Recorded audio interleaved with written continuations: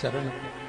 पहला चरण जब नारायण पृथ्वी पर अर्थात आंवले के वृक्ष पर बैठकर आंवला नौमी से साधना करते हुए नेत्र बंद कर कर देव उठनी एकादशी तक भगवान तब साधना से जब पहली बार उठकर चरण रखते हैं तो मेरे नारायण का पहला चरण भगवान कुबेर भंडारी अर्थात कुबेर स्वयं कुबेर देव भगवान हाथ में ले लेते और दूसरा चरण माता लक्ष्मी ले। देखिए भगवान नारायण के एक चरण को हाथ में ले रहे हैं, दूसरे चरण को लक्ष्मी ले रहे हैं। निवेदन करूंगा मैं आप सबसे, महाराज मान लो कोई व्यापार में अगर तकलीफ हो, कमाई अच्छी नहीं हो रही हो, व्यापार नहीं चल रहा हो, तो निवेदन करूंगा कि किसी के चक्कर में मत पड़ना, कहीं जाकर पूछना मत ही। केवल देव उठनी एकादशी के दिन जो अभी आने वाली है कार्तिक के महीने में देव उठनी एकादशी, इस दिन एक सिक्का जब रात्रि को आप तुलसी जी की पूजन करें, ठाकुर जी की पूजन करें, एक सिक्का उसको नीचे रखकर उसको भगवान को विराजमान कर कर तुलसी माता या शालिग्राम जी को विराजमान कर कर फिर पूजन करना। सुबह ब्रह्म मुहूर्त में 4 बजे जब आप देवता को उठाएं, वहां पर जब लीपन करें और उठाने जाएं उस गन्ने की झोपड़ी के अंदर, तो वो सिक्के को अपने पल्लू में डालकर हल्दी की कटोरी में भरकर दुकान में व्यापार में व्यवसाय में रख दें। अगली एकादशी तक बताना जरूर कि कितना लाभ मिला, कितना कमाया आपने, सूचना जरूर देना हो, बताना जरूर कि कितना प्राप्त हो। क्यों? क्योंकि नारायण जब देव उठनी एकादशी पर उठते हैं, जब मेरे भगवान विष्णु अपना चरण नीचे रखते हैं, तो एक कुबेर और दूसरी स्वयं लक्ष्मी भगवान के चरण को अपने हाथों में झेल लेती है। तो जिस स्थान पर आप देवता को उठा रहे हो, जिस स्थान पर आप भगवान की आराधना कर रहे हो, जिस स्थान पर आप भगवान को जगाने का प्रयास कर रहे हो, वहां आप अगर लक्ष्मी को विराजमान कर देंगे तो नारायण का चरण और लक्ष्मी दोनों कुबेर के साथ हमें प्राप्त हो सकते। गंगा के जल में एकादशी के दिन 7 बेलपत्री डालकर जो नंदीश्वर भगवान अर्थात जो शंकर जी के शिवलिंग के सामने नंदी होता है, उस नंदी के चरण पर गंगा का जल चढ़ाकर बेलपत्री शिव पर समर्पित कर देता है, उसके घर में रुपया रुकना चालू हो जाता है, फिर वो गलत जगह पर नहीं जाता, गलत स्थान पर वो धन जाएगा ही नहीं। किसी लड़का और लड़की का विवाह नहीं हो रहा, 30 साल हो गए, 32 साल हो गए, 34 साल हो गए, लड़का लड़की का विवाह ही नहीं हो रहा, बहुत टेंशन है माता पिता। कोई मंगली है, कोई मांगलिक है, थोड़ा धीरे कम करो, प्लेन रखो। कोई मांगलिक है, कोई मंगल है, संबंध हो ही नहीं रहा, बहुत प्रयास कर रहे हैं, बहुत। 4 दिशा का स्मरण करिए, पूर्व पश्चिम उत्तर दक्षिण का। हथेली पर आटे का दीप लगाइए, घी भर लीजिए और 4 बत्ती उसमें अलग अलग रख लीजिए महाराज। थोड़ा सा पीला चावल हल्दी में कर कर उसमें डाल लीजिए।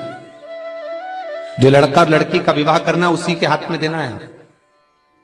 और देव उठनी एकादशी के दिन, जिस दिन देवता उठेंगे, जिस जगह पर तुलसी शालिग्राम का आप पूजन करते हो, गन्ने के नीचे, ईख के नीचे तुलसी का क्यारा रखकर पूजन करते हो, वहां पर भगवान शिव और भगवान नारायण का नाम लेकर उस दिए को रगवा दीजिए और वहीं पर हल्दी का तिलक उस लड़का या लड़की का कर दीजिए और उसके हाथ में थोड़ी सी हल्दी लगा दीजिए। महाराज 2.5 महीने 3 महीने तो बहुत हो गए, उस बच्चा और बच्ची का विवाह पक्का हो जाए। श्री शिवाय नमस्तुभ्यं।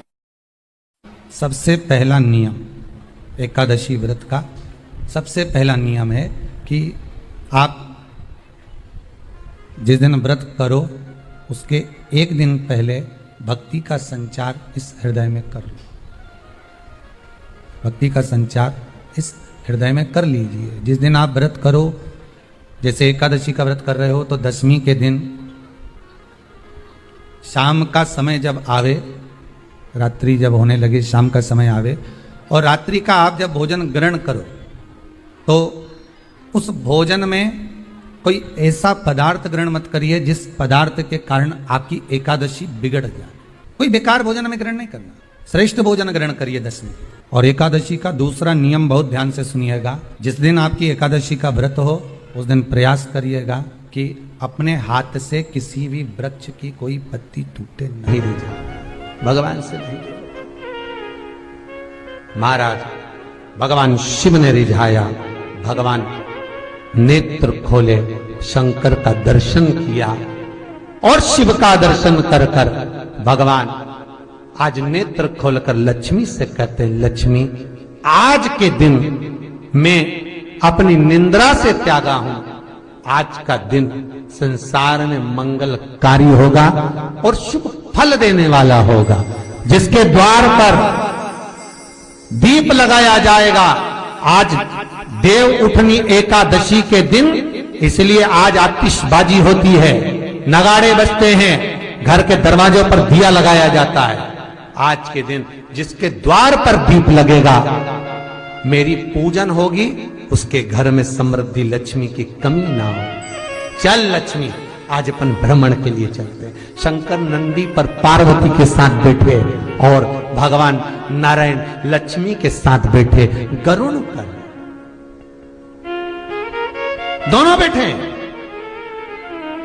और दोनों निकल गए अपने अपने मार्ग से। अब इनका जब मिलन होगा, वो मिलन आज का नहीं है, वो मिलन होगा बैकुंठ चतुर्दशी के, हरि और हर का मिलन। अब दोनों निकल गए।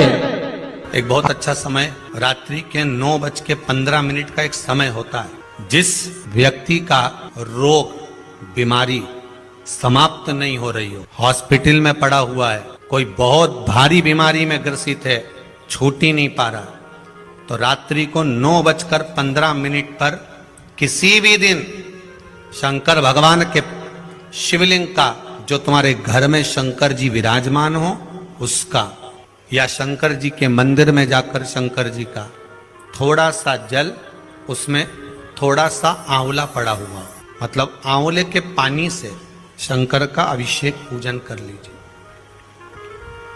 उसका नाम लेकर कर लो जो रोग से ग्रसित हो। 1 दिन 2 दिन 3 दिन करोगे, वो हॉस्पिटल से छुट्टी करके आ जाएगा, उसका रोग समाप्त हो।